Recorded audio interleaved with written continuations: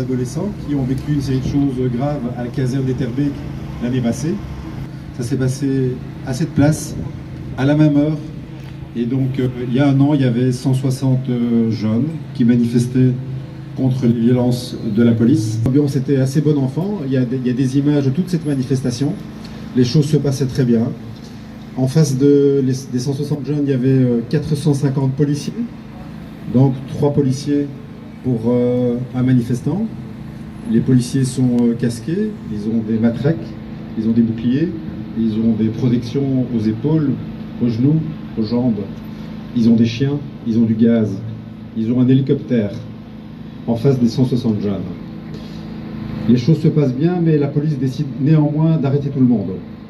Donc tous les jeunes vont être assis, ils vont être colsonnés, et ils vont être emmenés à la caserne d'Etterbeek. Quand je dis tous les jeunes, ce n'est pas uniquement les 160 qui étaient présents à la manifestation, c'est aussi tous ceux qui sont à proximité et qui ont l'air d'être jeunes.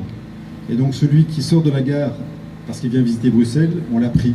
Celui qui est à l'arrêt du bus, on l'a pris. Celui qui sort du Quick avec un hamburger, on l'a pris aussi. Donc il y a 70 personnes en plus des 160 manifestants qui ont été emmenés à la caserne. Ils se demandaient ce qu'il se passait. Moi c'est Laura et j'ai été arrêtée le 24 janvier 2021 des suites d'un rassemblement contre les justices de classe. Et c'était il y a presque un an maintenant. Et on est ici pour se rassembler et de nouveau soutenir toutes les personnes qui ont été violentées. On a invité plein de collectifs en même temps pour avoir plus de soutien. Et on tient à remercier toutes les personnes qui étaient présentes, que ces personnes soient concernées ou non par ce qui s'est passé le 24 janvier ou par d'autres fautes de la police. C'est grâce à toutes ces personnes que le soutien reste et qu'on continue de se rassembler. Et, voilà. La seule chose qui nous a été donnée de manière égale ce jour-là, c'est non pas la justice, mais la violence. Hommes comme femmes, jeunes comme plus âgés. La violence. Des coups, des mots, mais aussi une répression. La répression de notre engagement pour une justice équivalente pour tous. Nous sommes allés voir le bourgmestre de Bruxelles. Pas d'excuses pour les actes de sa police, ni pour les dommages engendrés. Il nous a parlé avec une attitude assez condescendante et très peu constructive.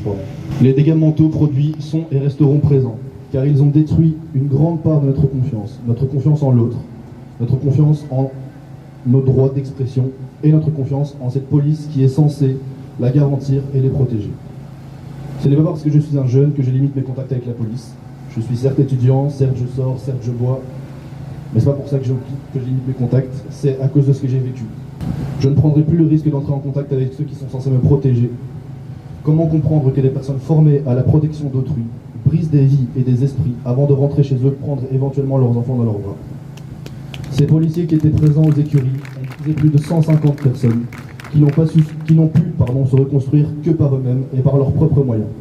Quand nous étions dans nos cellules, en face de nous, il n'y avait que des personnes sans humanité.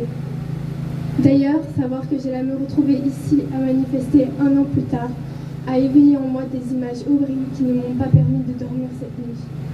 Des propos sexistes ont été dits à mon égard dès que je suis rentrée dans le fourgon avec d'autres femmes. Alors je me permets de parler en eux, à toutes celles qui se sont retrouvées dans le même fourgon que moi, à qui on a dit qu'elle puait la femme.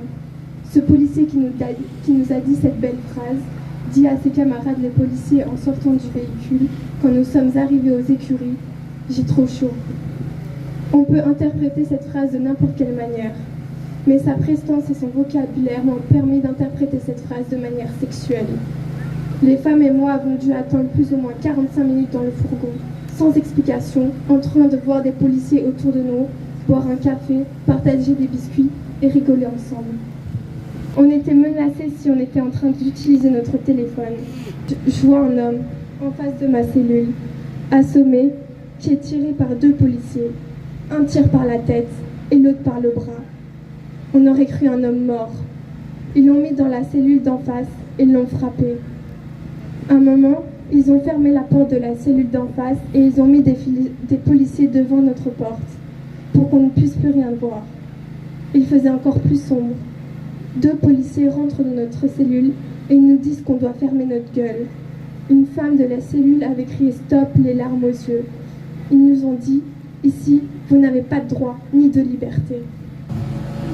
10 policiers entrent, habillés encore une fois en bouclier de la tête aux pieds, qui ne laissent apparaître que leurs yeux, accompagnés d'insultes, de menaces et de leur violence. Ils appellent Pirli. L'espoir renaît en chacun de nous. Après 5 heures d'enfermement, nous allons enfin sortir. Et Pirli est le premier. Soulagement. Après 5 pas vers la sortie, Pirli se retrouve par terre, à se faire tabasser par 5 policiers. Des cris de douleur et de peur que je n'ai jamais entendus de ma vie me transpercent. Que faire? Rien. C'est impossible de bouger. Mon corps ne veut plus bouger. Et je lui en remercie, car Léonard n'a pas eu cette chance et s'est levé pour se retrouver par terre aussitôt. Pirli est emmené, nous sommes impuissants et effrayés. Vont-ils encore le tabasser? Pourquoi ils ne le feraient pas?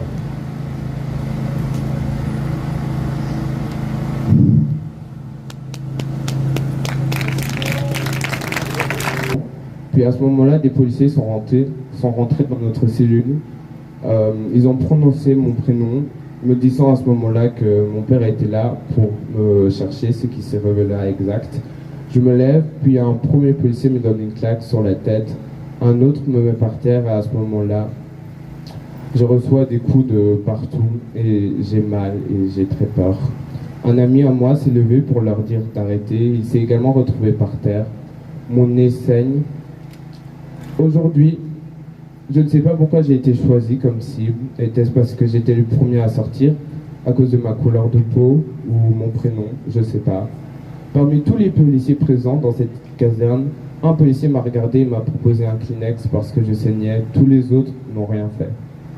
Je suis sorti en pleurant, mon père était horrifié. Plus jamais, je veux revivre ce moment-là dans toute ma vie et je le souhaite à personne d'autre. Aujourd'hui, je suis encore très triste qu'on en arrive là, triste que des policiers frappent sur des mineurs sans défense. Ces personnes-là doivent être sanctionnées parce que c'est pas normal. Il s'est littéralement pas passé grand-chose parce que la justice tarde à vraiment poser des mots sur ce qui s'est passé, à prendre au sérieux même l'affaire. Et voilà, ça part un peu dans tous les sens et en même temps rien, on ne sait pas trop, on attend.